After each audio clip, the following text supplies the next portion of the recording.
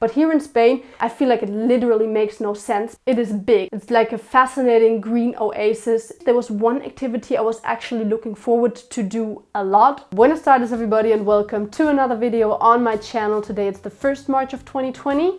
Which means that I've successfully completed my first month of my semester abroad in Spain, and I thought that would be like the perfect occasion to, for the first time, really talk about my experiences in this country. If I had to describe that first month of living here and I had to pick only one word, I think I would actually pick the word normal. Because even though there was quite a couple of situations with confusion, it all felt very normal very quickly. And with confusion I really mean those smaller or bigger accidents, or maybe even happy accidents that just happen to you when you're new in a city or new in a country. The most common one probably is just getting lost in the metro. I mean, it totally happens when you're new in a city. Sometimes you hop out of that metro, a stop too late or a stop too early, or you just pick the metro in the wrong direction, or you just pick the wrong line. Those kind of things happen, but they only happen a couple of times until you learn from your mistakes. There's dogs barking outside very loudly. Who let the dogs out? Wow, I feel like those windows are not as thick as in Germany because I hear a lot of noises from the outside. Not that it bothers me too much, but it's just something that I just realize. But continuing on, I also talked about happy accidents, which is something that can happen, like you make an accident and it turns out to be a great thing. And that happened to me like the second day here in Madrid, thus the day after my arrival already. Me and my classmate planned to go to the cinema to watch Jojo Rabbit. And we accidentally picked a luxury cinema, which was definitely not what we planned, but it was a great experience, really. If you go to the cinema in Germany, you pay, I would say, 7 to 10 euros entry and another 5 to 12 euros for the food. But here in Spain, for this luxury cinema, we paid less than 20 euros for entry and food. And there were super comfortable electric adjustable seats in the screening room, also with USB chargers and waiters who would bring your food, like in the screening room, to you, to your seat. And I had Coke and I had French fries. I never had French fries while watching a movie, but it was like an amazing experience. And that all we got for 20 euros. So that was really what I would call a happy accident. Oh, if you want to go there, by the way, it's Yelmo Cinemas Luxury. They also have normal cinemas, but they also have luxury cinemas, which is the one that we went to. And honestly, I'm not really a person who needs luxury, but I will definitely go there again because what I get for this price is just awesome. Continuing on, one day later, it was my first day of university. Of course, you know what you can expect from the first day of university. Introduction session, a lot of paperwork. They told us that we have 2.5 weeks actually to shop around. What they call shop around means basically just trying out different subjects to see which ones we like and which ones we want to pick in the end. And yeah, there was a bit of confusion with courses that I could take or could not take, and on which dates they were. In Germany, at my university in Germany, if you have like chosen a subject, you have that subject once a week for 5 to 6 hours. Or maybe, you know, if you're not so lucky, maybe twice a week for 3 hours. But here in Spain, I feel like it literally makes no sense because there are courses that I have 3 times a week for 1.5 hours, which for me is like totally ridiculous because I thought I would be at university maybe 2 to 4 days a week, and then in the end I first thought, oh my god, I have to be at universities 5 times a week, which is not exactly great when you're an Erasmus student and you want to travel the country, because it really doesn't make sense to travel for only Saturday and Sunday. So I was struggling a little bit, you know, with picking subjects that I actually liked, but also picking subjects which kind of fit into a schedule which would allow me to have 1 extra free day a week. But I managed to do that, so I'm kind of happy with the schedule I have now, but I was very frustrated in the beginning. Also, one thing that I recognized at my university, which is CEU San Pablo, is that there are more Erasmus students actually than students from Spain at that university. One teacher actually told us that Spain is the most chosen country from Erasmus students, so maybe it does kind of make sense that there are a lot of them. But sometimes it's really like more than half or 3/4 of the class Erasmus students, which would only stay for a semester or two. It's really, really crazy. And it also kind of means that I don't really have a lot of contact with Spanish people. And I don't really have a lot of situations where I have to like speak Spanish, but I really hope I will have more of these situations in the future to really improve my language skills. Also at home where I live, the area is very nice. My room here is very nice. But the family I live with, it's not that we kind of talk a lot. So there's also, right, like where I'm living, it's also not a lot of opportunity to try out my Spanish skills. Living here is good. I mean, I have everything I need. The people are friendly, but just sometimes it's a little bit awkward because when I'm at home with my parents, I'm kind of used to come home and say, hello, I'm home. You know, what have you been up to all day? How are you doing? And when I come home here, it's kind of, I open the door, I close the door and I walk upstairs. And it's kind of awkward because sometimes I kind of feel like a burglar, even though, I mean, I pay for this. I'm allowed to be here, but it's kind of like awkward, the situation of coming home. But it's getting better. So now that we have talked about everything that was a little bit of awkward or confusing, I think we just can sort of continue with daily life. I mean, daily life, it is not super special. It's not like I have like the most crazy experiences to talk about. I mean, I do realize in this first month that I'm definitely becoming more independent, because in Germany I live alone for maybe 4 days a week, and then I go home in the weekends and live with my parents, and I'm home in the vacation. So I'm partially independent and partially living with my parents. But here I'm like completely independent. It means I mean, of course I have to cook for myself, which is not necessarily something new, but I tend to make a mess in the kitchen. So the first 2-3 weeks I was only cooking very basic meals because I didn't want to leave a bad first impression in the beginning. But I'm becoming more confident and I can see my cooking skills kind of level up. So I hope to produce a bit more complex and diverse meals in the next month, because I was definitely living from noodles and soup a lot in the first 2-3 weeks.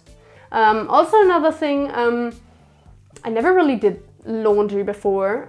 One time with my dad I did laundry and we were like dumbstaring at the machine like idiots because we had like no clue what to do. Now, after having watched several tutorials on how to operate a laundry machine, I'm now capable of doing my own laundry and I'm very proud. That's like the second example of why I think living here will definitely make me more independent, but that's not exactly connected to living in Spain or to, you know, doing a semester abroad, but it's just part of that experience now.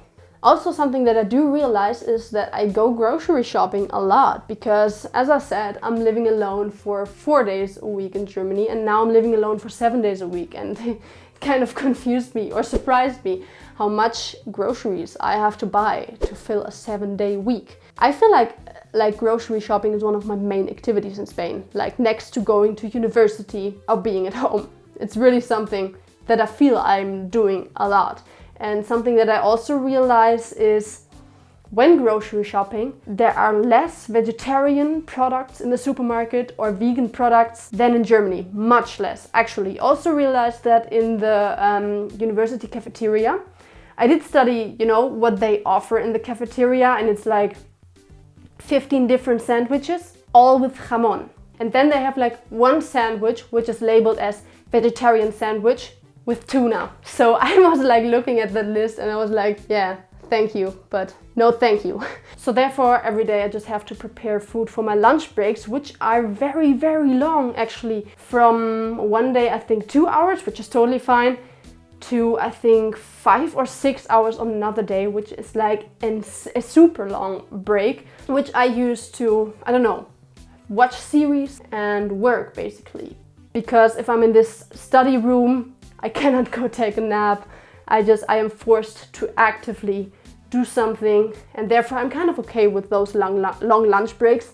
But in the beginning, I was very annoyed. So that is basically my life so far. Being at home, go shopping, sometimes go experiencing the city a little bit, and go to university. So it's like pretty normal so far, and maybe a little different from what you maybe would expect from an Erasmus student or student abroad generally.